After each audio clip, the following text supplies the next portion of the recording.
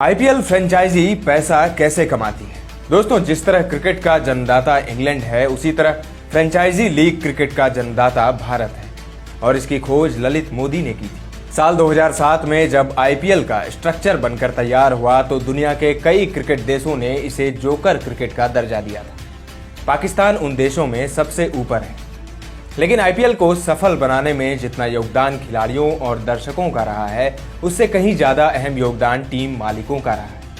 यह सच है कि फ्रेंचाइजी ने आईपीएल को एक बिजनेस के रूप में देखा, लेकिन शुरू में एक स्ट्रक्चर को देखकर करोड़ों रुपए दांव पर लगा देना बड़ी बात थी। लेकिन क्या आपने ये भी सोचा है कि दर्जनों खिलाड़ियों को करोड़ों रुपए में खरीदकर आखिर ये टीम मालिक आईपीएल से पैसा कैसे कमाते हैं, यह जानते हुए कि आईपीएल की प्राइज मनी उनके लिए कोई मायने नहीं रखती। आज हम अपनी इस वीडियो में ये बताएंगे कि आखिर आईपीएल फ्रेंचाइजी पैसा कैसे कमाते हैं और प्राइज मनी के अलावा ऐसे कौन से साधन हैं जिससे फ्रेंचाइजी पैसा कमाते हैं। साथ ही आपको इस वीडियो में यह भी बताएंगे कि आईपीएल को कंट्रोल करने वाला बीसीसीआई आईपीएल से पैसा कैसे कमाता है और आईपीएल का बिजनेस मॉडल किस तरह काम करता है। तो चलिए शुरू करते हैं आज के वीडियो। दोस्तों, जैसा कि हम सभी जानते हैं कि आईपीएल पर पूरा कंट्रोल भारतीय क्रिकेट कंट्रोल बोर्ड यानी बीसीसीआई का है और बिना बीसीसीआई के अनुमति के आईपीएल मुमकिन भी नहीं है। करीब 2 महीने तक चलने वाले इस लीग से जितना पैसा टीम मालिक कमाते हैं, उससे कहीं ज्यादा बीसीसीआई कमाता है। बीसीसीआई को एक आईपीएल सीजन से लगभग 4,000 करोड़ का मुनाफा होता है। सबसे पहले बात करते हैं आईपीएल के बिजनेस की, जिसमें bidding process, player salary, broadcasting, advertisement, game format और टीम स्पॉन्सरशिप और ब्रांड वैल्यू जैसी कई तरह की चीजों पर डिपेंड करता है, जिसे हम एक एक करके बारीकी से समझने की कोशिश करेंगे। आईपीएल का बिजनेस मॉडल ऑक्शन और बिडिंग प्रोसेस के साथ शुरू होता है। यहाँ पर बीसीसीआई आईपीएल फ्रेंचाइजी को एक टाइम पीरियड के लिए ऑक्शन पर डालता है। जो भी भाव फ्रेंचाइजी खरीदने के लिए तैयार होते हैं, उन्हें बीसीसीआई इनवाइट करता है और बिडिंग प्रोसेस में शामिल कर लेता है, जिसमें फ्रेंचाइजी का बेस प्राइस होता है। यानी कि बीसीसीआई सभी टीमों का एक बेस प्राइस तय करता है। दोस्तों, बेस प्राइस का मतलब यह है कि अगर बीसीसीआई ने किसी टीम का बेस प्राइस 1,000 से 1,500 करोड़ रखा है, तो ये टीम इससे कम में बिकने वाली नहीं है। जैसा पिछले साल यानी साल 2022 में 2 नई टीम लखनऊ सुपर जायंट्स और गुजरात टाइटंस को आईपीएल की नीलामी में रखा गया था और इसमें फ्रेंचाइजी का बेस प्राइस 2,000 करोड़ रखा गया था, जिसमें आरपीएस ग्रुप के मालिक संजीव गोयनका ने 7,090 करोड़ की बोली लगाकर लखनऊ सुपर जायंट्स की फ्रेंचाइजी को अपने नाम कर लिया था और इसी वजह से लखनऊ की टीम आईपीएल इतिहास की सबसे महंगी टीम बन गई। दोस्तों, जब आईपीएल 2008 में शुरू हुआ था तो यह इतना प्रॉफिटेबल नहीं था, लेकिन जब से इसके मीडिया राइट्स बिकने लगे, यह प्रॉफिटेबल होता गया और इसमें प्रत्येक फ्रेंचाइजी को 10 साल तक या एक सीमित समय के लिए ही नीलाम किया जाता है और फ्रेंचाइजी खरीदने के बाद हर फ्रेंचाइजी फीस बीसीसीआई को चुकाने पड़ती है। इसके अलावा operation and management cost, marketing cost और प्लेयर कास्ट जैसी समस्या भी झेलनी पड़ती है। जैसे कि लखनऊ की 10 साल की फ्रेंचाइजी के लिए संजीव गोयनका को हर साल बीसीसीआई को 709 करोड़ रुपए फीस चुकानी पड़ती है। यानी बीसीसीआई एक फ्रेंचाइजी देकर एक मोटी रकम वसूलती है और उसके मालिक से। हालांकि बीसीसीआई ब्रॉडकास्ट और मीडिया राइट्स से जो पैसा कमाती है, उसका 40 से 50% हिस्सा फ्रेंचाइजी के मालिक को दे दिया जाता है। मतलब साफ है कि आईपीएल बीसीसीआई और टीम मालिक दोनों के लिए सोने के अंडे देने वाली मुर्गी है। दोस्तों, ये था आईपीएल का मोटा मोटा बिजनेस मॉडल। अब इसी वीडियो में यह भी समझ लेते हैं कि आईपीएल प्लेयर पैसे कैसे कमाते हैं। दोस्तों, हर साल जब भी आईपीएल का नया सीजन शुरू होता है तो उससे पहले ऑक्शन होता है, जिसमें खिलाड़ियों पर बोली लगाई जाती है और इस ऑक्शन में कैप्ड, अनकैप्ड और विदेशी खिलाड़ी शामिल होते हैं। इसमें कैप्ड प्लेयर वो होते हैं जिन्होंने भारत की तरफ से अंतर्राष्ट्रीय क्रिकेट खेली होती है। अनकैप्ड खिलाड़ी वो होते हैं जो स्टेट लेवल के होते हैं और ये स्टेट की अनुमति से ही आते हैं। प्रत्येक टीम में लगभग 18 से 25 खिलाड़ी होते हैं, जिसमें 4 विदेशी खिलाड़ी रखना अनिवार्य होता है और हर खिलाड़ी का अपना बेस प्राइस होता है। ये बेस प्राइस खिलाड़ी खुद तय करता है। यह बेस प्राइस 20 लाख से लेकर 2 करोड़ तक हो सकता है और यह बेस प्राइस इस बात पर निर्भर करता है कि पूरे सीजन में खिलाड़ी को कितनी सैलरी मिलने वाली है। जब कोई टीम आईपीएल विजेता बनती है तो उसकी जो प्राइज मनी होती है वो टीम के मालिक और खिलाड़ियों में बंट जाता है और फ्रेंचाइजी जो भी पैसा पूरे आईपीएल से कमाता है उसका 20% उसे बीसीसीआई को देना पड़ता है। दोस्तों, आपके मन में एक सवाल यह उठ रहा होगा कि कोई फ्रेंचाइजी खूब पैसा लगाकर अपनी टीम में बड़े बड़े खिलाड़ी रखकर एक शानदार टीम नहीं बना सकती। यह सवाल मुझे भी नहीं पता होता था, लेकिन जानकारी अर्जित करने के बाद इसका उत्तर मिला। दरअसल जब आईपीएल में खिलाड़ियों की नीलामी होती है तो प्रत्येक फ्रेंचाइजी को बीसीसीआई की तरफ से सिर्फ 90 करोड़ रुपए की पर्स में दिए जाते हैं। इसका मतलब आपको इसकी रकम के अंदर खिलाड़ी खरीदने हैं।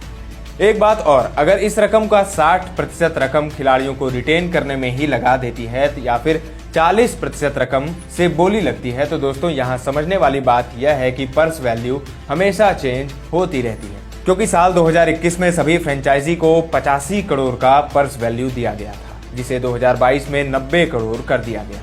तो इस तरह आईपीएल के खिलाड़ियों को सैलरी मिलती है।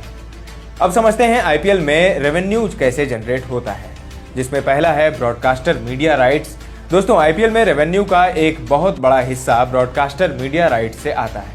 बीसीसीआई 60 से 70% रेवेन्यू ब्रॉडकास्टर मीडिया राइट्स को बेचकर ही करता है। जब साल 2008 में आईपीएल शुरू हुआ तो इसके सारे मैच सोनी सेट मैक्स पर ही क्यों आए, ऐसा आपने सोचा होगा। दरअसल बीसीसीआई ने सोनी चैनल को साल 2008 से 2017 तक के ब्रॉडकास्टिंग राइट्स बेचे थे। तब इसे सोनी ने 8200 करोड़ रुपए में खरीदा था। फिर साल 2018 से 2022 तक आईपीएल के सारे मैच स्टार स्पोर्ट्स पर दिखाए गए। मतलब यह कि इसके ब्रॉडकास्टिंग राइट्स को 2018 से 2022 तक स्टार चैनल ने 16,347 करोड़ देकर 5 सालों के लिए खरीदा। दोस्तों, आईपीएल की लोकप्रियता ही ऐसी है कि जितना पसंद इसे भारत में किया जाता है उतना विदेशों में भी, क्योंकि इसमें विदेशी खिलाड़ी भी जो खेलते हैं और इसीलिए विदेशी स्पोर्ट्स चैनल को भी बीसीसीआई आईपीएल ब्रॉडकास्टिंग के राइट्स बेचती है। एक आंकड़े के अनुसार आईपीएल लगभग 140 देशों में देखा जाता है और इन सभी देशों में राइट्स बेचे जाते हैं। इतना ही नहीं, आईपीएल के ब्रॉडकास्टिंग राइट्स ओटीटी प्लेटफॉर्म को भी बेचे जाते हैं, जैसे हॉटस्टार और जियो टीवी। साल 2022 में बीसीसीआई ने ब्रॉडकास्ट मीडिया राइट्स बेचकर लगभग 45,000 करोड़ रुपए की कमाई की थी। दूसरा है स्पॉन्सरशिप। आपने टीवी पर देखा होगा कि जब आईपीएल मैच शुरू होता है तो कहा जाता है, आप देख रहे हैं डीएलएफ आईपीएल, टाटा आईपीएल, बस यही स्पॉन्सरशिप का खेल है। इसी में सबसे पहले आता है टाइटल स्पॉन्सरशिप, जिसमें बड़ी बड़ी कंपनियां बीसीसीआई को मोटा अमाउंट देती है, वो इसलिए कि उन्हें कंपनी का नाम बार बार बोला जाए। साल 2008 में जब आईपीएल शुरू हुआ था तो टाइटल स्पॉन्सरशिप राइट्स डीएलएफ के पास थे। 2008 से 2012 तक डीएलएफ ने बीसीसीआई को 40 करोड़ रुपए दिए थे। इसके बाद 2013 से 2017 तक इसे पेप्सी ने 396 करोड़ रुपए देकर खरीदा था, लेकिन मैच फिक्सिंग के कारण पेप्सी ने 2015 में अपना टाइटल स्पॉन्सरशिप वापस ले लिया था। फिर 2016 से 2017 तक चाइनीज कंपनी वीवो ने 100 करोड़ में खरीदा था। वीवो ने 2018 से 2022 तक फिर से टाइटल स्पॉन्सरशिप 2199 करोड़ में दोबारा खरीदा था। दोस्तों, साल 2019 में वीवो को टाइटल स्पॉन्सरशिप से हाथ धोना पड़ा, क्योंकि उस समय गलवान घाटी में चीन और भारत की सेनाओं ने आपस में तकरार हुई, जिसमें चाइना ने हमारी जमीन पर कब्जा किया, जिसका विरोध भारत में खूब हुआ। इसके बाद 2020 में ड्रीम 11 ने 2022 करोड़ रुपए में खरीदा। 2021 में वीवो ने फिर वापसी की, लेकिन 2022 में टाटा ने इसे अपने नाम कर लिया। टाटा ने 2022 से 2023 तक इसे 670 करोड़ में खरीदा। यह हमने आपको इसीलिए बताया है कि कैसे बीसीसीआई और आईपीएल फ्रेंचाइजी आईपीएल के भिन्न भिन्न स्रोत से पैसा कमाती है। इतना ही नहीं, बीसीसीआई आईपीएल में ऑफिशियल स्पॉन्सरशिप के जरिए भी पैसे कमाती है। जैसे 2022 में बीसीसीआई को 220 करोड़ में ऑफिशियल स्पॉन्सरशिप से मिली। इसमें Dream 11, CRED, RuPay, Tata Safari और आउटबॉक्स जैसे ब्रांड इसी में आते हैं। दोस्तों, बीसीसीआई ने 2 नई टीमें बढ़ाई जिससे कमाई ज्यादा हो सके। आपने खिलाड़ी और अंपायर की जर्सी में कई प्रकार के लोगो देखे होंगे। जर्सी पर ब्रांड लोगो दिखाने के लिए कंपनियां भारी रकम चुकाती है, जिससे आधा आधा हिस्सा बीसीसीआई और फ्रेंचाइजी को जाता है। दोस्तों, जर्सी के बैक साइड यानी जहां खिलाड़ी का टी शर्ट नंबर होता है उसकी कीमत ज्यादा होती है। साथ ही कंधे, हाथ, पैंट और फ्रंट पर लगे लोगों की कीमत अलग अलग होती है। अंपायर की जर्सी पर पेटीएम लोगो आपने देखा होगा। दरअसल पेटीएम ने 28 करोड़ रुपए देकर अंपायर स्पॉन्सर राइट्स खरीदे हैं। यह हिस्सा सिर्फ बीसीसीआई को जाता है।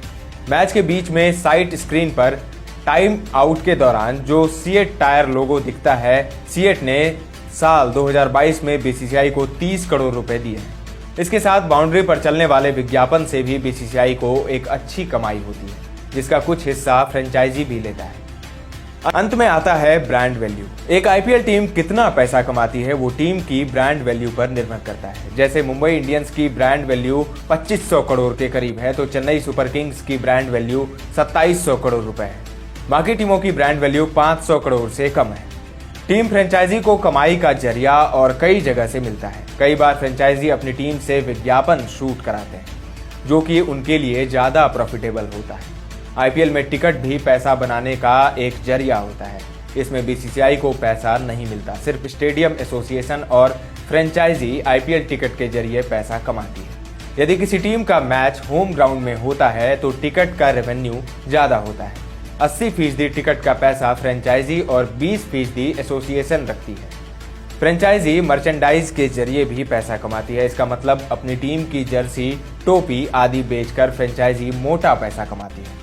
तो दोस्तों, हमने आपको वीडियो में यह बताने की पूरी कोशिश की है कि आखिर बीसीसीआई और फ्रेंचाइजी आईपीएल से पैसा कैसे कमाती है। आपके पसंदीदा फ्रेंचाइजी टीम कौन सी है, हमें कमेंट करके जरूर बताइए। क्रिकेट के इंटरेस्टिंग स्टोरीज, रिकॉर्ड्स और खबरों के लिए बने रहिए हमारे साथ। अगले अंक में मिलेंगे एक और इंटरेस्टिंग टॉपिक के साथ। अभी दीजिए इजाजत। धन्यवाद।